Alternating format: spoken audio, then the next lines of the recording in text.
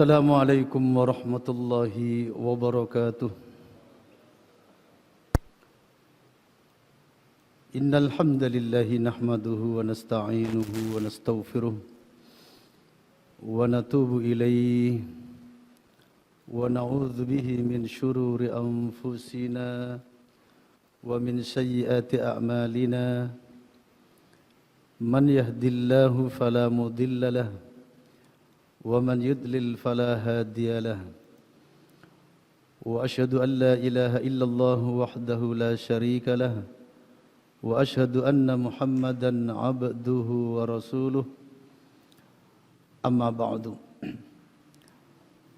Para jamaah Masjid Muhajirin Mojokerto yang dimuliakan Allah Subhanahu wa taala, kita lanjutkan kajian kitab Luzumu Iltizamil Muslim bi Ahkamis Syar'iyyati Al-Islamiyyati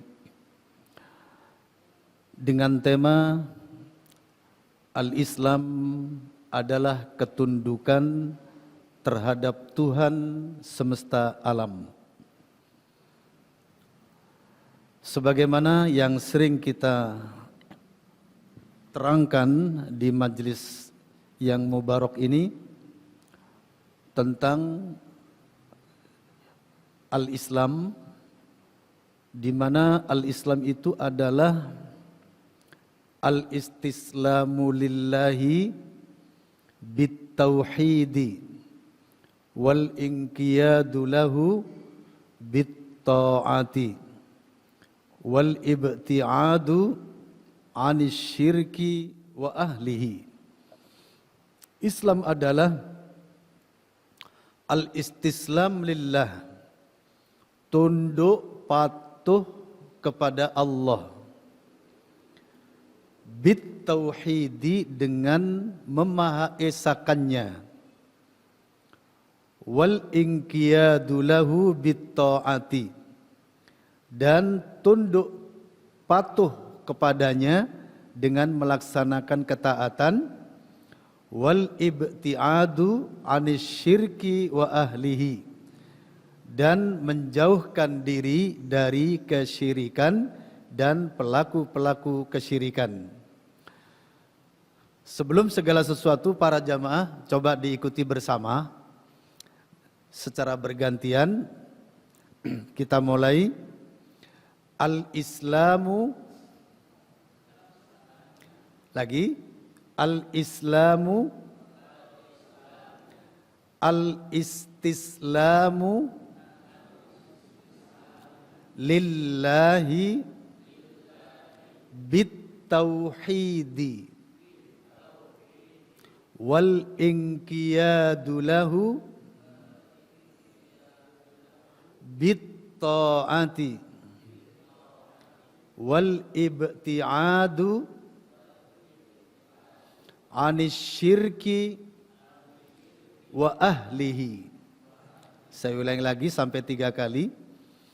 Al-Islamu huwa al-istislamu lillahi bit-tauhidi wal inqiyadu lahu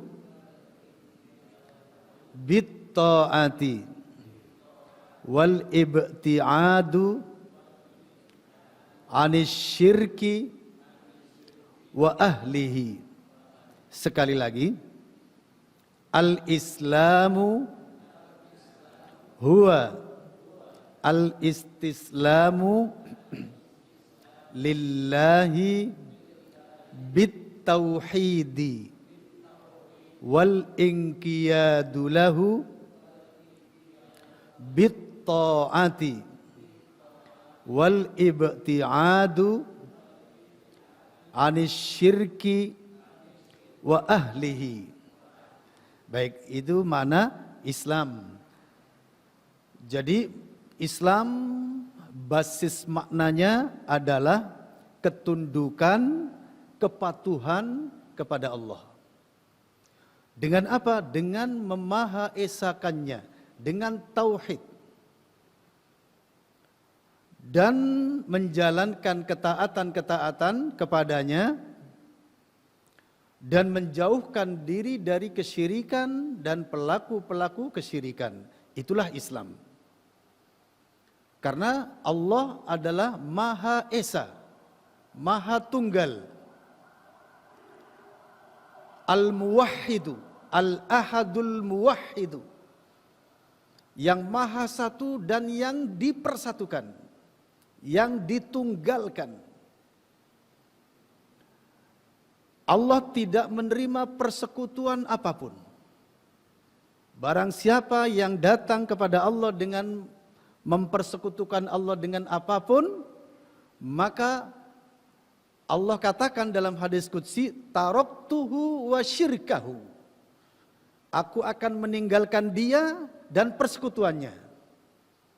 Jadi barang siapa beribadah, mengabdi kepada Allah dengan persekutuan, maka Allah tinggalkan orang tadi dan persekutuannya sekalipun. Kenapa para jamaah? Di sini memang penting sekali. Inilah idealisme Islam tuh di sini. Idealisasi Islam, idealisme Islam ada pada tauhid. Yang itu tidak ada pada siapapun, pada agama apapun. Allah Maha Esa. Dan Allah tidak menerima segala bentuk persekutuan, apapun alasannya. Karena itu kaum Bani Israel, sebelum dia mempersekutukan Allah, mereka adalah Muslim. Dari kalangan Yahudi misalnya, sebelum mereka mempersekutukan Allah, mereka adalah Muslim. Kaum Nazaret, kaum Nasrani yang hidup di masa Nabi Isa alaihissalam, sebelum mereka mempersekutukan Allah, mereka adalah Muslim. Makanya lihat dalam hadis Ibnu Majah, dalam hadis riwayat Ibnu Majah, An Auf bin Malikin, dari Auf bin Malik, qala berkata, qala Rasulullah sallallahu alaihi wasallam, Rasulullah sallallahu alaihi wasallam bersabda, iftaraqat Banu Israila, kaum Bani Israel berpecah belah, ala ihda wa sab'ina firqatan, atas 71 golongan. Wahidatun fil jannah, yang satu golongan masuk surga, wa sab'una finnar, yang 70 masuk neraka. Waftaraqatin nasara ala thintaini wa sab'ina firqatan. Orang-orang Nasrani berpecah menjadi 72 golongan. Fa ihda wa sab'una finnar, yang 71 di neraka, wa wahidatun fil jannah, yang satu golongan masuk surga. Fawalladzi nafsu Muhammadin biyadihi, kata Rasulullah, demi zat yang diri Muhammad berada di tangannya, lataftariqanna ummati, sungguh umatku akan berpecah, ala thalathin wa sab'ina firqatan, menjadi 73 golongan.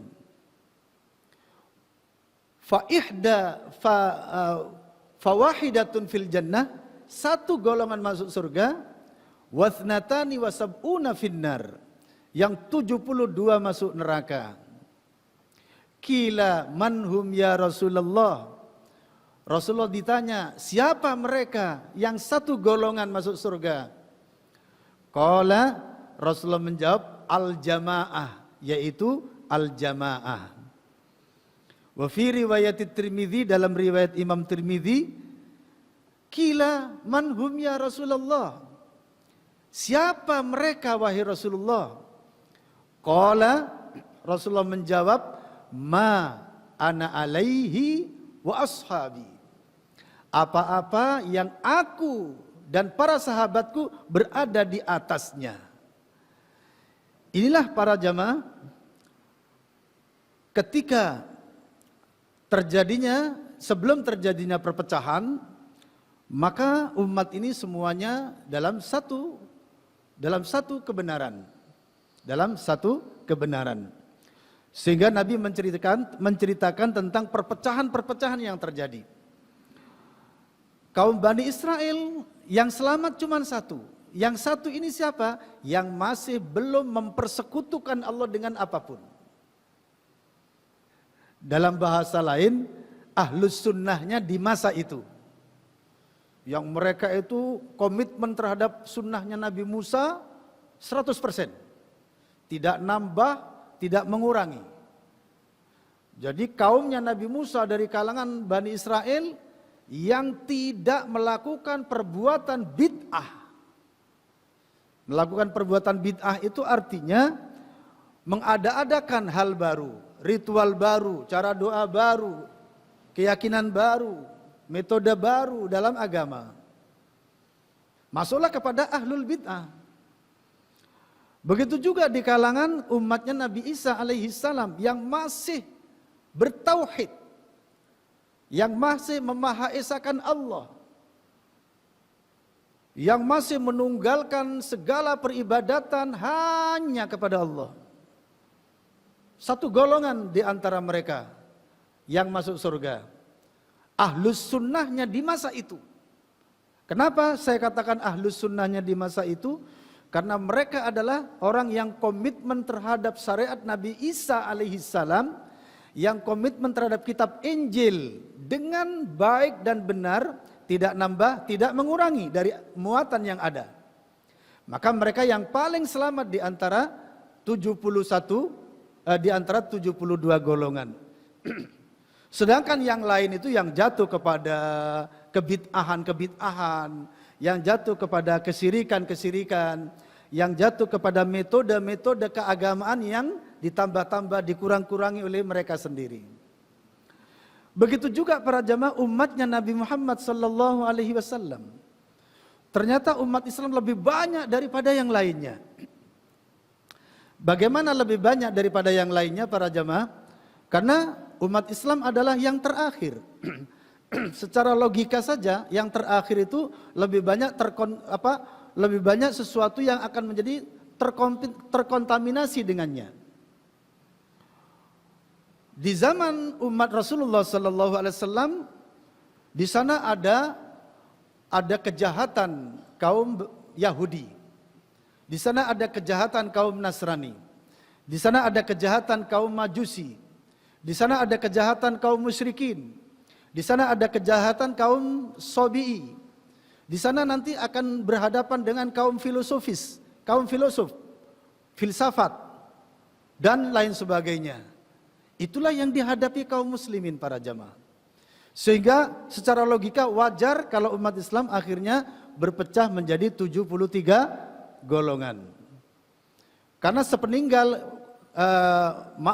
di masa Rasulullah para jamaah, setan tidak bisa mengalahkan Rasulullah sallallahu alaihi wasallam. Ibaratnya lawan setan terlalu tangguh. Terlalu tangguh. Siapa? Rasulullah sallallahu alaihi wasallam. Sehingga setan tidak bisa mempengaruhi Islam dan kaum muslimin. Bukan Islam, tidak bisa mempengaruhi kaum muslimin agar Islamnya salah di masa Rasulullah. Begitu juga di masa sahabat. Para sahabat masih berupa atau masih menjadi lawan yang paling tangguh bagi setan. Setan bahkan tidak mampu melawan sekedar sahabat yang paling kecil salah. Bilal misalnya. Khabbab al-Arati misalnya. Atau siapa? Sahabat yang paling rendah sekalipun. Misalnya Khotib Ibnu Balta'ah misalnya. Saya katakan yang paling rendah di sini artinya yang tidak masyhur. Bukan berarti yang paling sedikit ibadahnya. Karena kalau sudah sahabat Nabi para jamaah, ibadahnya antara Bilal dengan Abu Bakar hampir tidak ada bedanya masalah ibadah. Hanya ini menang pamor gitu aja. Atau mungkin ada kelebihan sedikit daripada yang lain gitu aja. Tapi yang namanya ibadahnya kepada Allah, jihadnya, semuanya sama. Hanya di sana nanti ada yang lebih afdal daripada yang lain. Adapun sahabat para jamaah sampai kepada yang paling tidak masyhur, setan tidak sanggup melawannya. Ini murid Rasulullah sallallahu alaihi wasallam. Keberkahan dari sang guru masih menetap dan menancap pada murid-muridnya. Ketangguhan, dan Rasulullah sendiri yang memimpin mereka dalam ketangguhan terhadap imannya. Tapi lain lagi ketika sahabat sudah mulai berguguran. Ketika sahabat mulai berguguran, apalagi para sahabat kemudian berlainan tempat, saat itulah setan menemukan celah-celah itu. Celah-celah itu di mana? Yaitu celah memecah belah, celah pecah belah. Ternyata pecah belah itu para jamaah tidak mengenal situasi. Artinya ini termasuk masalah yang harus kita waspadai dalam situasi kapanpun. Karena para sahabat, di penghujung para sahabat, para jamaah, politik pecah belah itu kena ternyata. Yaitu munculnya seperti misalnya Abdullah bin Saba, yang kemudian menjadi biang keroknya Syiah. Betul gak kira-kira? Biang kerok Syiah. Ketika Abdullah bin Saba melihat dari sini, maka di-move-kanlah ya, berita-berita hoax, terus bikin masalah yang membuat sahabat satu dengan yang lainnya tiba-tiba clash. Loh kok bisa clash? Mereka tahu setelah segala sesuatu terjadi. Oh, ada dalangnya di sini. Ternyata Abdullah bin Saba. Di masa Rasulullah apa ada? Ada juga semacam Ubay bin Salul, Al-Munafikun, ya kan? Kaum munafikin ada. Di masa Rasulullah ada kaum munafik. Tapi musuh mereka juga terlalu tangguh. Siapa? Rasulullah dan para sahabatnya. Akhirnya mereka tumbang. Allah nampakkan kejelekan mereka. Setelah Rasulullah SAW wafat, para jamaah hanya ada para sahabat. Ini masalahnya. Ketika hanya para sahabat yang hidup, maka oleh setan dipecah belah mereka. Dimunculkanlah fitnah-fitnah. Sampai terjadi salah faham dan ada kejadian antara misalnya Ali dengan Muawiyah radhiyallahu anhuma. Antara Ali dengan Sayyidatina Aisyah radhiyallahu anha misalnya. Walaupun setelah itu mereka sadar, ternyata ujung-ujungnya Abdullah bin Saba. Begitu seterusnya, apalagi setelah itu para jamaah, para tabi'in, para imam-imam. Para imam-imam termasuk musuh yang tangguh bagi setan. Imam Malik, Imam Hanafi, Imam Syafi'i, Imam Ahmad. Bayangkan Imam Ahmad, ya, setan bukan dengan orangnya, dengan bangkiyahnya saja, dengan sandalnya saja apa? Takut mereka. Dengan sandalnya saja. Jin, setan takut. Kalau dengan sandal kita gimana? Malah dicolong. Nah ini. Artinya Imam Ahmad pun terlalu tangguh bagi setan. Tapi masalahnya ketika Imam Malik hidup, Imam Hanafi hidup, Imam Syafi'i hidup, Imam Hambali hidup, di masa mereka tidak sendirian. Imam terlalu tangguh, tapi umat Islam yang lainnya ada kemasukan Syiah, ada kemasukan Jahmiyah, ada kemasukan Mu'tazilah, ada macam-macam akhirnya. Macam-macam pemahaman terjadi, ada Tarekat Sufiyah, macam-macam akhirnya. Maka dari sinilah para jamaah wajar kalau umat Islam pada akhirnya pecah lebih banyak daripada yang lain. Ini terpaksa saya terangkan. Khawatir masih ada di antara jamaah yang bertanya-tanya, loh kok paling banyak ya? Karena tidak menutup kemungkinan para jamaah ada orang yang ingin cari-cari celah untuk menyalahkan Islam dan kaum muslimin.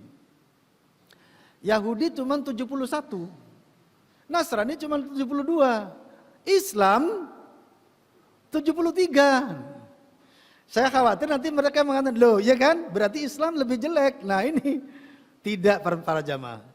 Kalau kita urut secara logika, kejadian-kejadian tadi memicu adanya perpecahan lebih banyak.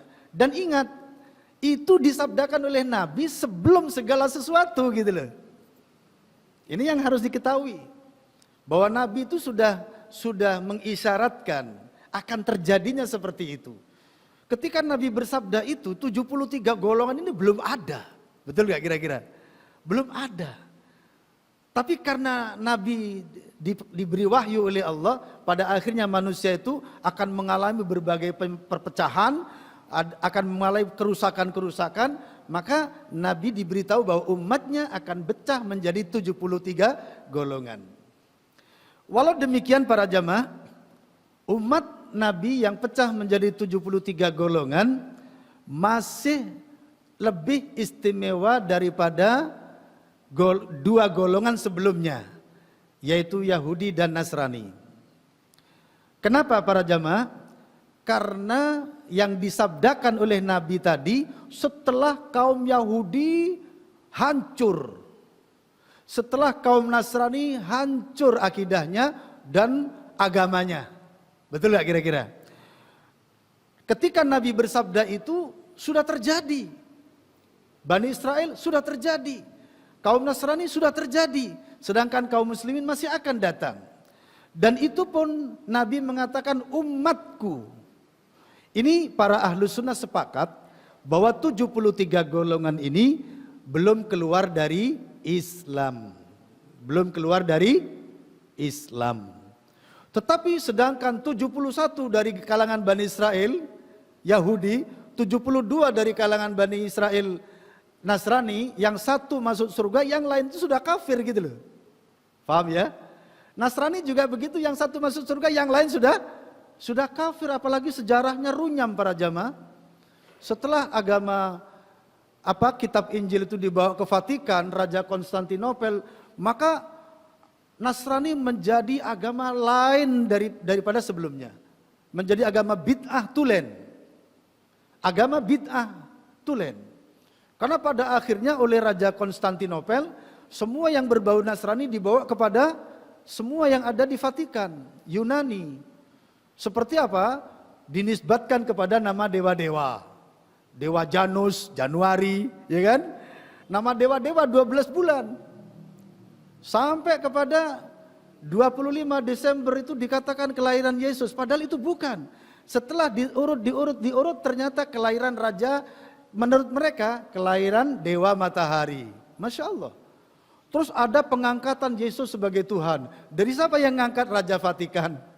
Diangkat jadi Tuhan. Nah ini rusak semuanya sudah. Jadi istimewanya, apa yang disabdakan oleh Nabi itu untuk Yahudi dan Nasrani sesuatu yang sudah lampau. Maka yang selamat hanya satu, yang lain sudah kafir para jemaah. Sedangkan untuk Nabi bersumpah untuk umatnya. La taftariqunna ummati, kata Rasulullah, sungguh umatku akan berpecah belah. Nabi masih katakan apa? Umatku. Dari sinilah maka ulama ahlu sunnah menyimpulkan bahwa 73 golongan ini belum keluar dari Islam. Hanya saja yang satu golongan itu paling selamat dalam masalah akidahnya, dalam masalah manhajnya, paling selamat. Manhaj, sistem, metode dalam beragama Islam. Mereka paling selamat. Makanya dikatakan satu masuk surga. Yang lain itu ada kesalahan mungkin di bidang metode, di bidang manhaj, ya, pemahaman. Tapi di atas batasan yang belum sampai keluar dari Islam.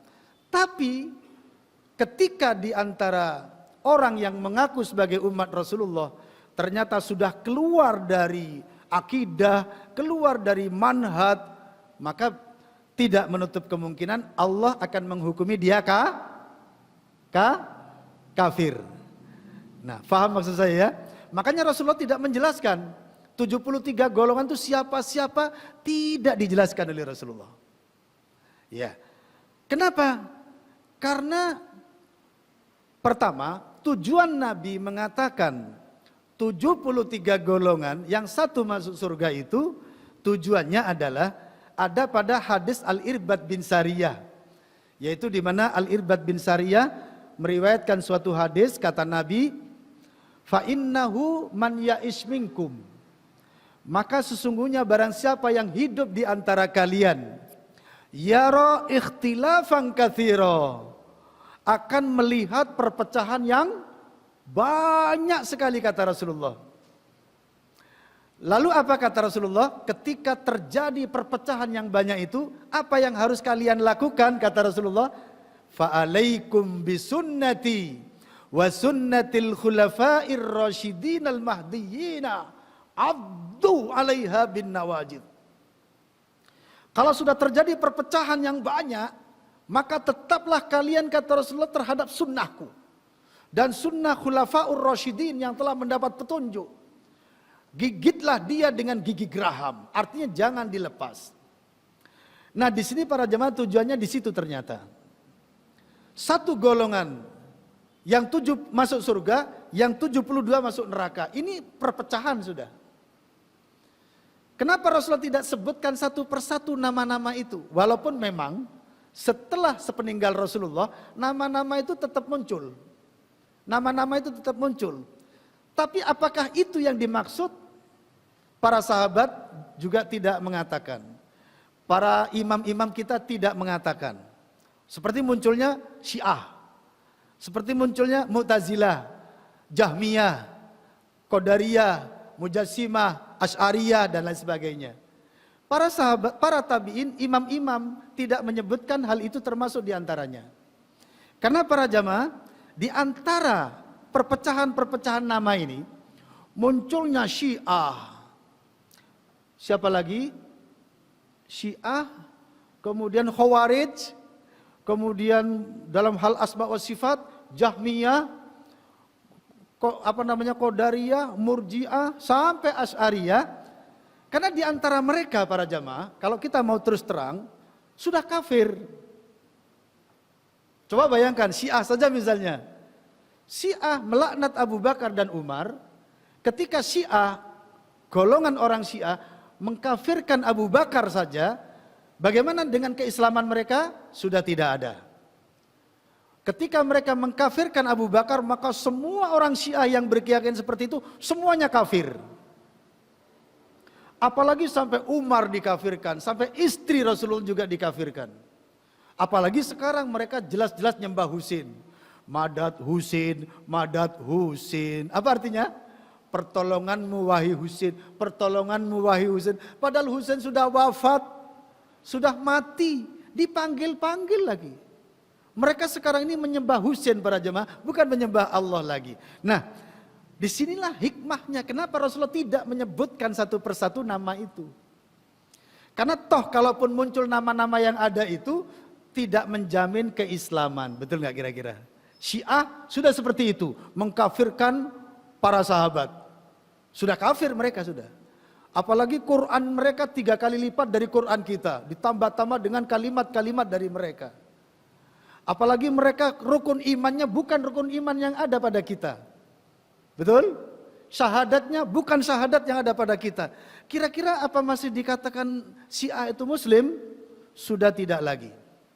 Disinilah hikmahnya para jamaah. Kenapa Rasulullah tidak menyebutkan 73 golongan itu siapa? Walaupun ada saja yang mencoba mengumpulkan. Seperti siapa? Seperti Syekh Abdul Qadir Al-Jailani. Di dalam kitab Al-Ghunyah. Kalau punya Maktabah Samilah, ketik Al-Ghunyah, keluar nanti. Imam Abdul Qadir Al-Jailani Al-Hambali.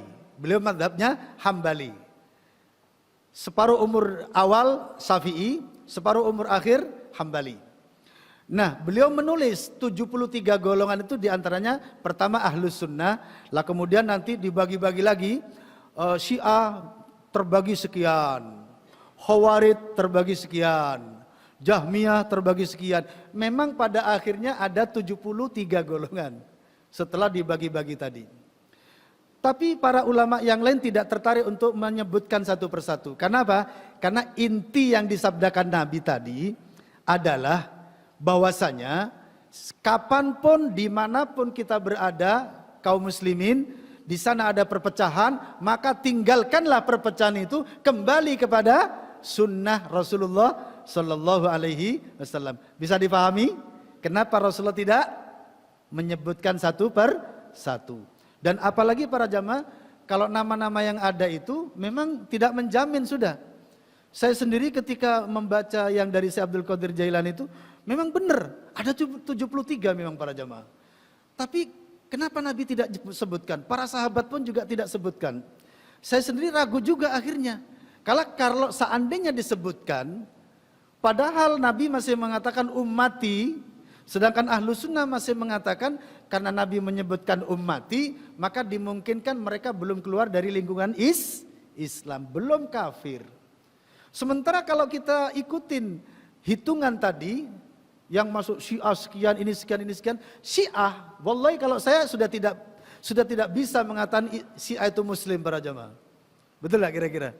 Bagaimana saya mengatakan Syiah Muslim, sementara mereka mengkafirkan, melaknat Abu Bakar, mertua Rasulullah, melaknat Umar, mertua Rasulullah, melaknat Utsman, menantu kesayangan Rasulullah, dan Allah pun pernah kirim salam kepada beliau. Bahkan Rasulullah itu sampai mengatakan, kalau masih ada anak-anak perempuanku, maka aku nikahkan dengan Utsman. Saking baiknya Utsman bin Affan. Oleh orang Syiah dikafirkan. Terus terang kalau saya sendiri sudah tidak mungkin mengatakan Syiah itu Muslim. Kenapa? Sudah seperti itu akhlak buruknya. Sudah mengkafirkan para sahabat, rukun imannya saja sudah bukan rukun iman kita, sudah.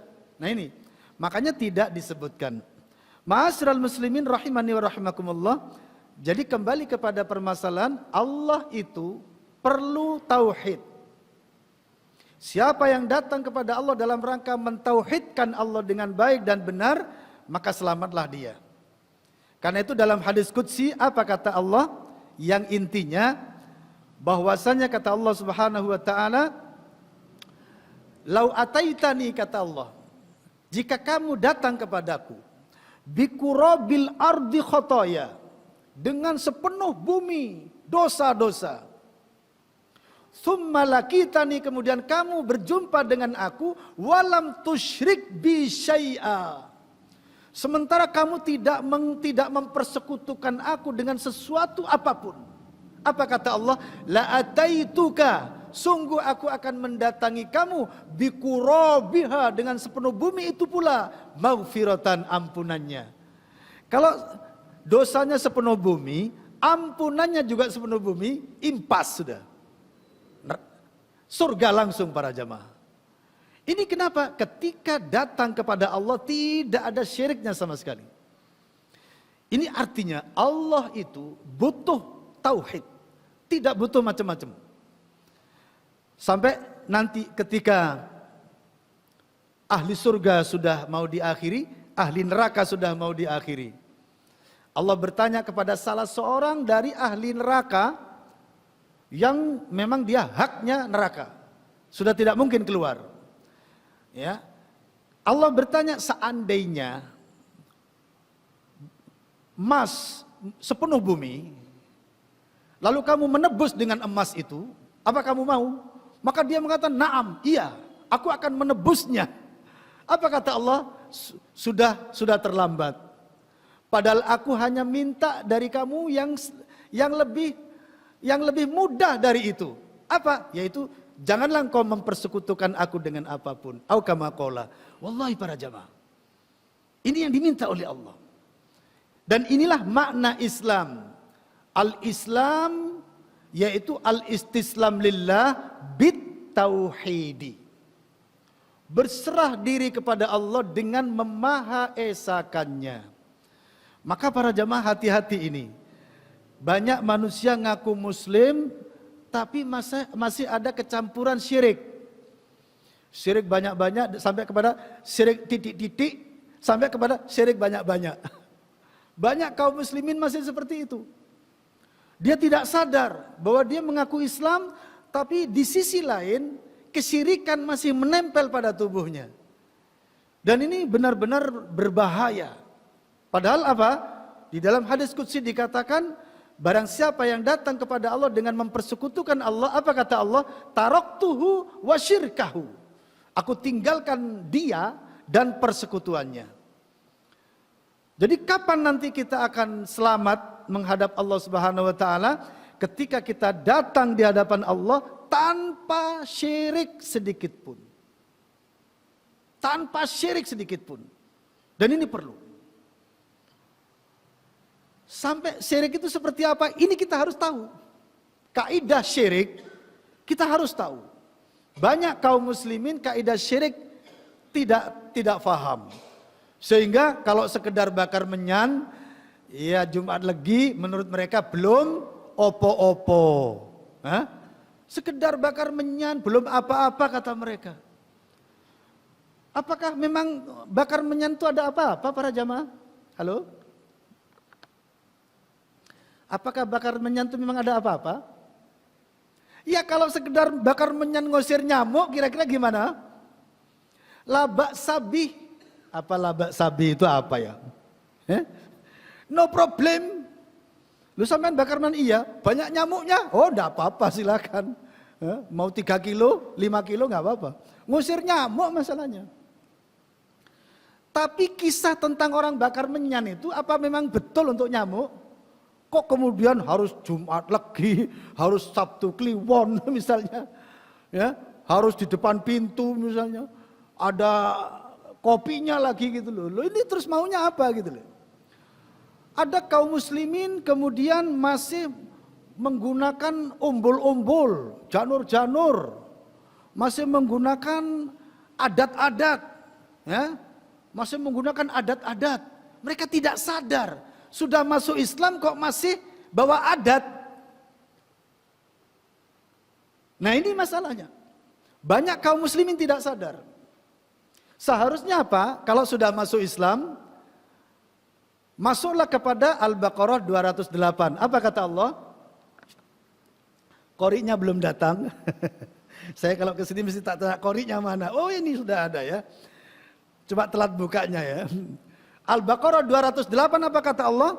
Ya ayyuhalladzina amanu udkhulu fis-silmi kaffatan wa la tattabi'u khutuwatis syaitan innahu lakum aduwwum mubin. Artinya Al-Baqarah 208. Yang sudah menemukan dibuka dulu, dibaca dulu. Ya.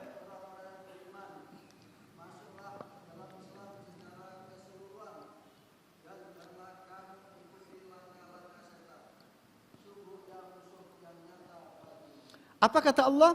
Wahai orang-orang yang beriman, udkhulu fis-silmi kaffah. Masuklah kalian semua ke dalam Islam ini secara kafah. Wala tattabi'u khutuwatis syaiton. Janganlah kalian mengikuti langkah-langkah setan. Innahu lakum aduwwum mubin. Sesungguhnya setan itu bagi kalian adalah musuh yang nyata. Al-Baqarah 208 para jamaah. Kita harus masuk Islam ini harus kafah. Kalau sudah Islam, tinggalkan apapun selain yang dibutuhkan oleh Islam. Ketika sudah ngaji sunnah seperti ini di kampung, yang pasti akan ditinggalkan apa? Yang dulunya ikut selawatan, teriak-teriak, nggak lagi ikut. Yang dulu ikut tahlilan, tahlil itu benar loh ya. Ketika ditambah lan, kan sama dengan bola. Bola itu karena bulat. Begitu ditambah balan, jadi lain lagi kan gitu ya. Lan, tahlil, tahlilan, lain lagi sudah. Yasin, bener. Yasinan, lain lagi sudah. Istighosa, bener. Istighosahan, lain lagi sudah. Nah ini, Allah nyatakan masuklah kepada Islam dengan kafah, totalitas. Total. Ya ketika ikut ngaji-ngaji sunnah di kampung sudah enggak ikut tahlilan, sudah enggak ikut selawatan. Apa kata tetangga kepada sampean? Ya setelah ngaji di Muhajirin, Muhajirin ini, betul enggak kira-kira? Muhajirin atau bukan? Muhajirin ya, enggak apa-apa kan? Nah begini Muhajirin ini. Setelah ngaji di Muhajirin, lupa sama adatnya. Sudah gak ikut ini, gak ikut itu. Ya, setelah ngaji Islam di Muhajirin, sudah lupa dengan adatnya. Kalau sampai digitukan, jawabnya gimana? Jawabnya gampang begini. Iya Mbak, Bude. Ya, Mbok Tuwo, iya Bapak. Karena saya sekarang sudah masuk Islam. Itu jawabannya. Saya sudah masuk Islam. Ketika saya sudah masuk Islam, maka segala sesuatu yang bukan Islam saya tinggalkan. Sekarang saya harus mengamalkan apa yang diperlukan oleh Islam. Itu jawabannya. Paham ya? Kalau ada orang, wah ketika sudah ngaji-ngaji dengan Ustadz Ridwan itu, lihat itu, sekarang sudah nggak mau kegiatan adat. Sudah ini nggak mau, ini nggak mau. Jawabnya gimana? Maaf Bapak, sekarang saya sudah masuk Islam. Gitu kan? Sekarang saya sudah masuk Islam. Loh, kalau sudah masuk Islam gimana? Kalau saya sudah masuk Islam, ya saya harus mengikuti apa yang diperlukan oleh Islam. Yang tidak diperlukan oleh Islam, maka saya harus tinggalkan. Loh, kenapa ditinggalkan? Iya, karena kalau saya masih melakukan apa yang bukan keperluan Islam, termasuk adat-adat Jawa, adat tumpengan, adat bakar menyan, adat nyebul apa itu, gitu ya, adat jenang abangan. Saya kan bukan Islam yang sebenarnya, Islam KW saya itu. Maka supaya saya benar-benar Muslim yang sebenarnya, ya saya harus totalitas masuk Islam. Dalilnya mana? Oh, dalilnya Al-Baqarah 208. Apa kata Allah? Udkhulu fis-silmi kaffatan. Masuklah ke dalam Islam secara total. Jangan hanya kopiahnya Muslim, baju kokonya Muslim, sarungnya Muslim, hatinya campur tahu campur. Hah? Hatinya ternyata tahu campur, ada sedikit Nasrani, ada sedikit Majusi, ada sedikit Hinduisme, ada sedikit Buddhisme, ada sedikit apa kata orang Jawa. Hah? Kok campur aduk? Nah, ini berarti yang masuk Islam cuma apanya? Kopiahnya saja. Padahal kata Allah apa? Udkhulu fis-silmi kafah.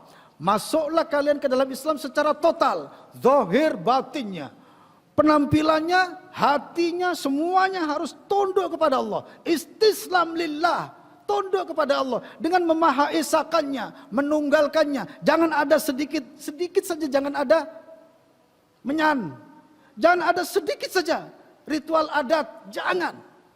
Apalagi sedikit nyomot dari Nasrani, seperti ulang tahun, sedikit nyomot dari orang apa itu, Syiah, seperti apa, nyembah kubur, nyomot-nyomot sedikit, jangan. Itu belum kafah namanya.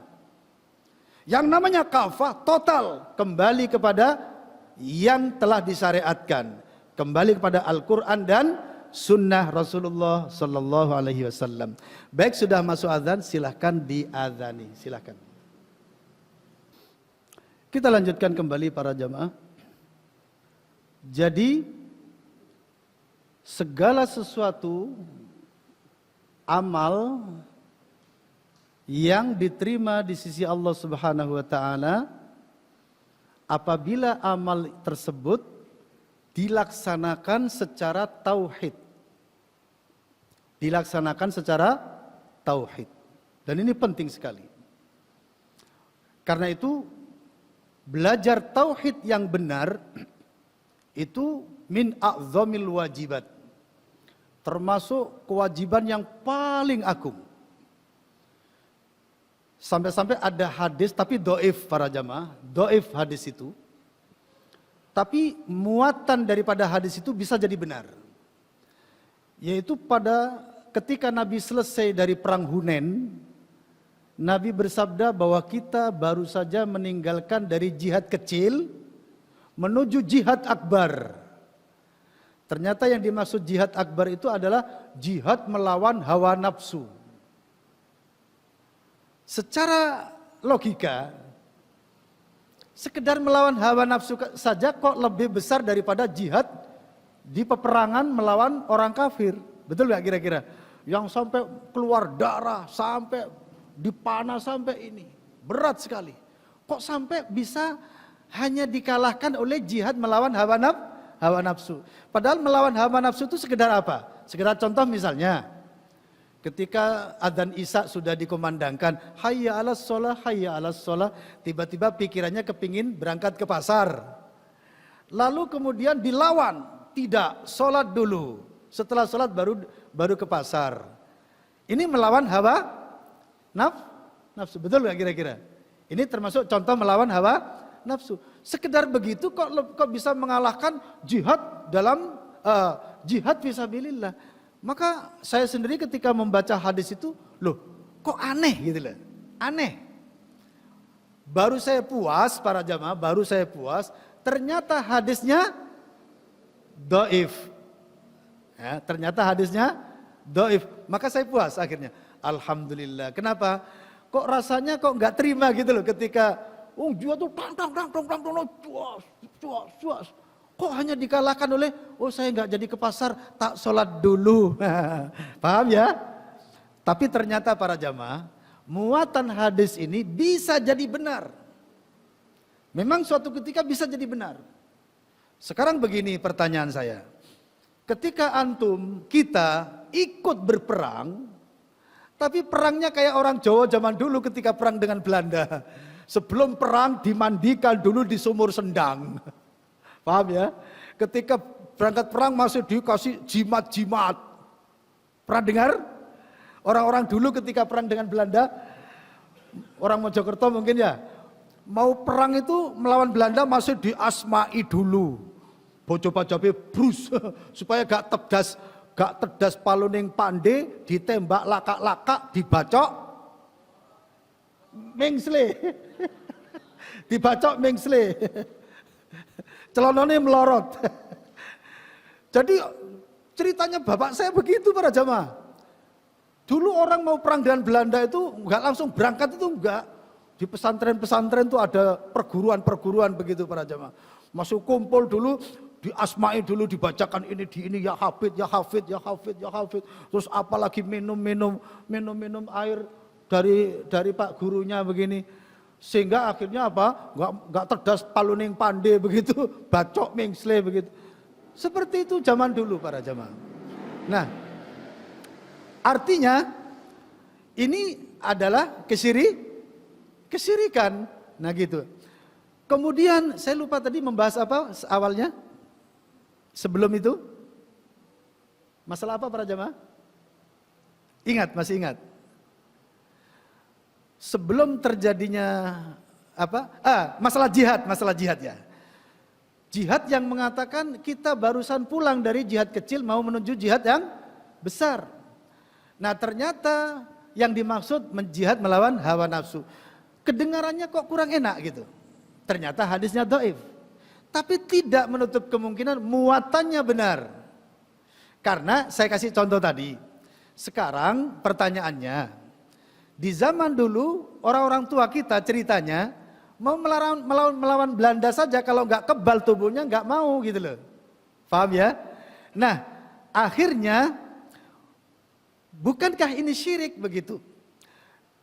Bagaimana orang yang ikut berperang sementara masih pakai jimat, masih ada syiriknya, masuk surga atau masuk neraka? Masih mati syahid atau mati sangit? Mati sangit.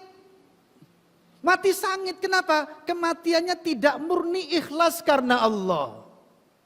Mati melawan musuh tapi tidak ikhlas karena Allah. Masih ada kemebalnya, masih ada ilmu kebalnya, masih ada boco bajabunya, masih ada mak lampirnya, begitu. Mati syahid tidak, mati sangit. Nah ini contohnya. Nah sekarang bagaimana dengan seseorang jamaah berangkat menuju ke majelis taklim dalam rangka belajar akidah, belajar tauhid yang benar, Pada saat itu manusia-manusia yang lain sedang mengikuti keinginan hawa nafsunya. Shopping, jalan-jalan ke pasar, ada yang mancing, ada yang lihat video, ada yang nyanyian, ada musik. Sementara kita datang ke Masjid Muhajirin dengan meninggalkan keinginan-keinginan hawa nafsu itu semuanya, tapi dalam rangka untuk belajar akidah yang benar, belajar tauhid yang benar, sehingga segala sesuatunya menjadi benar, jihadnya pun juga menjadi benar. Kenapa? Di atas ikhlasun niyyah lillahi ta'ala. Nah, maka melawan hawa nafsu dalam rangka belajar tauhid ini jelas lebih agung, lebih besar daripada sekedar perang. Teng teng teng teng teng teng. Jos. Faham? Faham para jamaah? Ini yang saya maksud tadi. Memang hadisnya dhaif. Dhaif para jamaah. Tapi suatu ketika tidak menutup kemungkinan melawan hawa nafsu jelas lebih berat, lebih tinggi daripada sekedar berperang. Jadi, seperti apa? Melawan hawa nafsu, berangkat menuju majelis taklim dalam rangka belajar Islam yang benar, belajar tauhid yang benar, sehingga ketika nanti dibutuhkan jihad pun, perang pun, perangnya juga benar. Berarti melawan hawa nafsu yang seperti ini itu yang diinginkan. Faham para jamaah ya? Disitulah letaknya. Baik para jamaah, kembali kepada permasalahan tadi. Semua yang menuju kepada Allah, pastikan bertauhid. Pastikan bertauhid. Sampai kepada dalam beribadah, pastikan bertauhid. Beribadah kepada Allah yang kemudian masuk kepada bagian tauhid seperti apa? Ketika kita beribadah kepada Allah sesuai dengan kebenaran Al-Quran dan As-Sunnah. Wuduknya sesuai dengan sunnah Nabi. Sholatnya sesuai dengan sunnah Nabi. Zikirnya sesuai dengan sunnah Nabi. Inilah yang dimaksud ibadah di atas tauhid. Kenapa demikian? Karena kalau ibadah kita, kalau amal islami kita benar sesuai dengan Quran dan sunnah, artinya kita telah menjalankan atiullaha wa atiur rasul. Sementara yang dari Rasul yaitu sunnah, sunnah pun juga dari Allah Subhanahu wa ta'ala. Karena sunnah itu para jamaah sebagai penjelas bagi Al-Quran. Sebab Quran itu sifatnya mujmal, global. Kalau tidak ada sunnah maka kita tidak akan bisa mengamalkannya. Ketika Allah menyatakan aqimis sholah, tegakkan sholat. Lalu kemudian sunnah Nabi tidak ada hadis tentang sholat. Bagaimana kita akan melaksanakan sholat? Tidak bisa. Karena tidak ada yang menerangkan. Wa atuz zakah, tunaikan zakat. Kalau sunnah tidak berbicara, maka bagaimana menunaikan zakat? Maka tidak bisa. Nah, dari Al-Quran inilah maka Allah kemudian wahyukan kepada Rasulullah Sallallahu Alaihi Wasallam bagaimana cara pelaksanaannya. Maka kemudian Nabi mencontohkan bagaimana wudhu yang benar, mulai dari membasuh tangan sampai membasuh kaki. Bagaimana sholat yang benar, mulai dari angkat tangan sampai salam. Dan semuanya, hajinya, diajarkan oleh Rasulullah Sallallahu Alaihi Wasallam. Di dalam Al-Quran hanya dikatakan wa atimmul hajja wal umrata, sempurnakan haji dan umroh. Maka Nabilah yang melaksanakan bagaimana haji yang benar seperti itu. Nah, semua praktek-praktek yang dijalankan Rasulullah dalam rangka syarihatun lil Quran, memperjelas Al-Quran. Itulah Quran dan Sunnah. Maka ketika kita dalam beribadah Islam ini kembali kepada Al-Quran dan As-Sunnah, berarti ibadah kita di atas tauhid. Karena kemudian semua itu kembali kepada apa yang disyariatkan oleh siapa? Oleh Allah Subhanahu wa ta'ala. Inilah yang saya maksud, ibadah Islam kita harus di atas tauhid. Kapan ibadah kita akan disebut ibadah di atas tauhid? Kapan tadi? Apa jawabannya? Ketika ibadah kita benar sesuai dengan Quran dan Sunnah. Kenapa? Karena Al-Quran itu dari Allah, sunnah pun juga petunjuk dari Allah. Sehingga ketika ibadah kita kembali kepada Quran dan sunnah, berarti kita telah menjalani ibadah di atas tauhid. Itulah yang dimaksud al-istislamu lillahi bit tauhid. Tunduk patuh kepada Allah dengan tauhid. Otaknya ditauhidkan, hatinya ditauhidkan, gerakan badannya pun ditauhidkan. Terutama perintah-perintah yang wajib. Seperti apa? Seperti sholatnya harus ditauhidkan. Bagaimana sholatnya ditauhidkan? Ikuti sunnah Rasul. Zakatnya harus ditauhidkan. Bagaimana zakat sesuai yang ditauhidkan? Ikuti zakat yang ditunjukkan oleh Rasulullah. Bagaimana cara membaginya? Puasa kita harus dijalankan di atas tauhid. Bagaimana puasa yang berjalan di atas tauhid? Jalani puasa seperti yang disunnahkan. Dan begitu seterusnya. Maka kita berarti telah menjalani Islam di atas tauhid. Al-istislamu lillah bit tauhid. Tunduk patuh kepada Allah dengan tauhid. Ini yang dimaksud para jamaah. Ma'asyiral muslimin rahimani wa rahimakumullah. Kemudian seorang muslim dikatakan muslim dari kata apa? Yaitu isim fa'il dari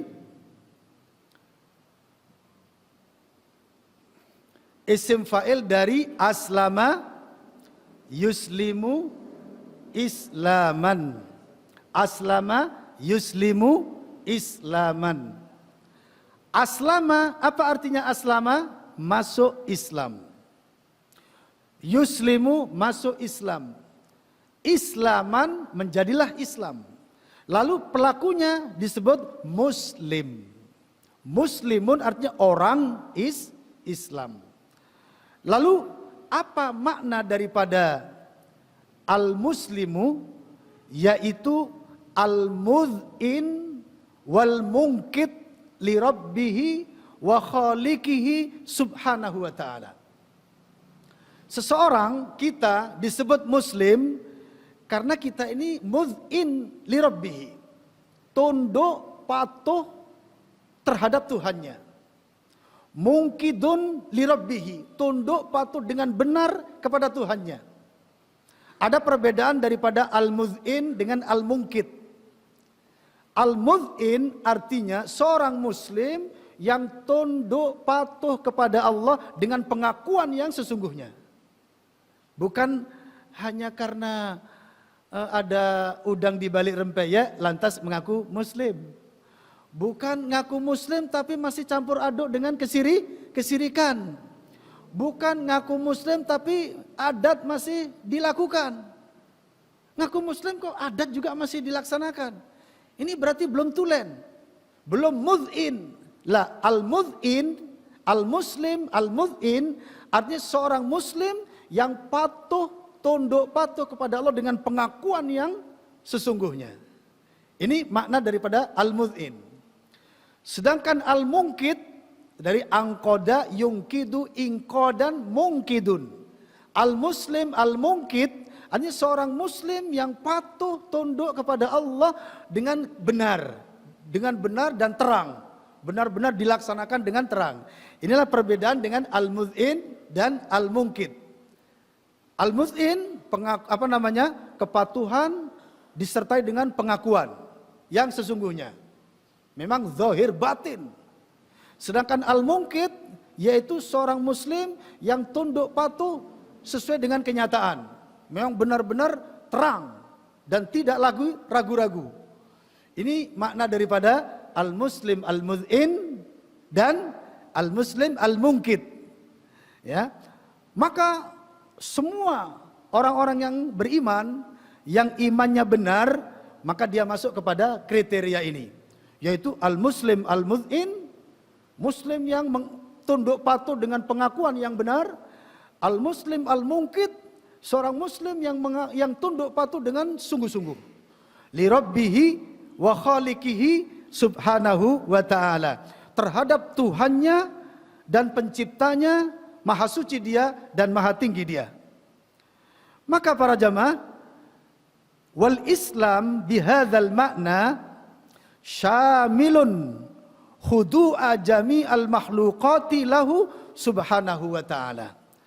Muslim dengan makna al-mudhin dan al-munkit, tunduk patuh dengan membenarkan dan sungguh-sungguh ini adalah meliputi segala makhluk.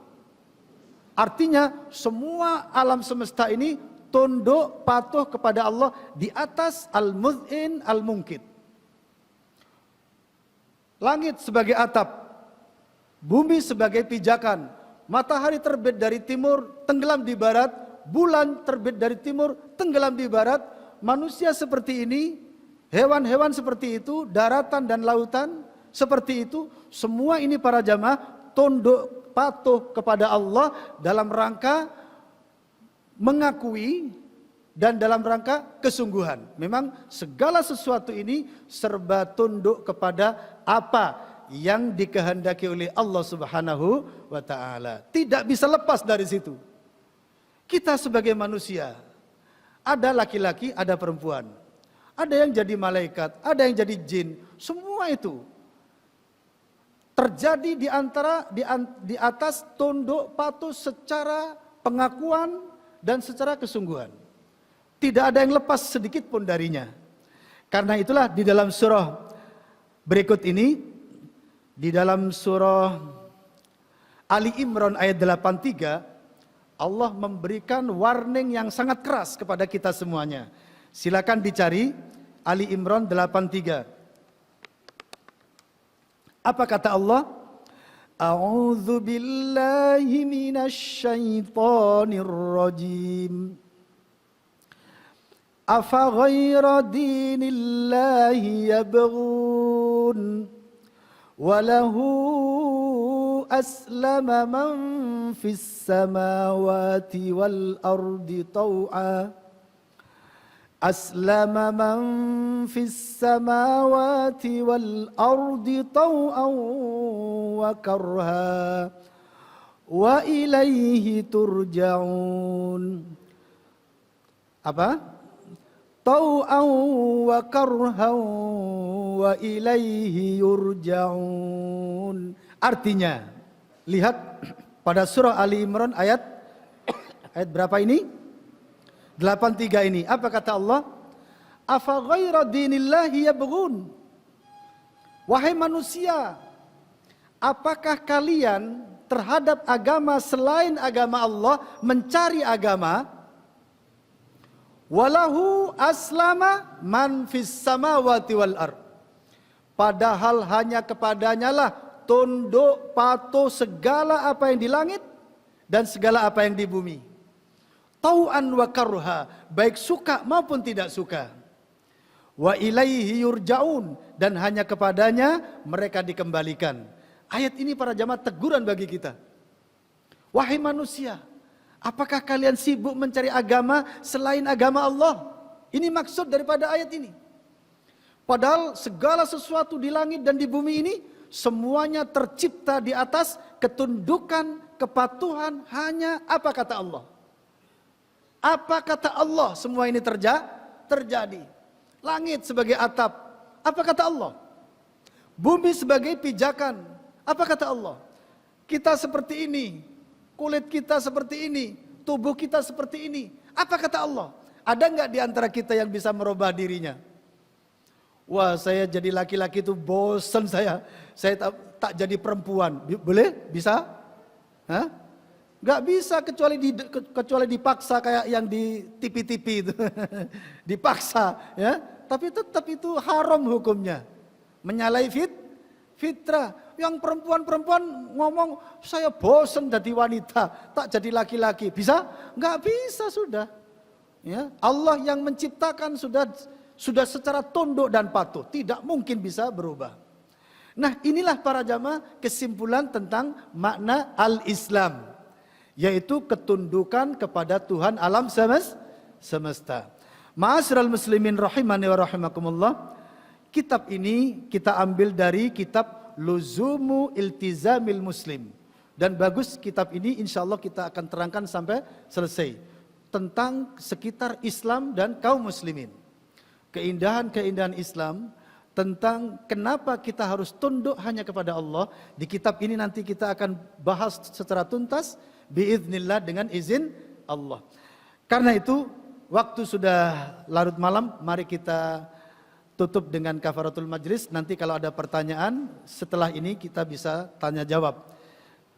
Subhanakallahumma wa bihamdika asyhadu an la ilaha illa anta astaghfiruka wa atubu ilaik. Assalamualaikum warahmatullahi wabarakatuh.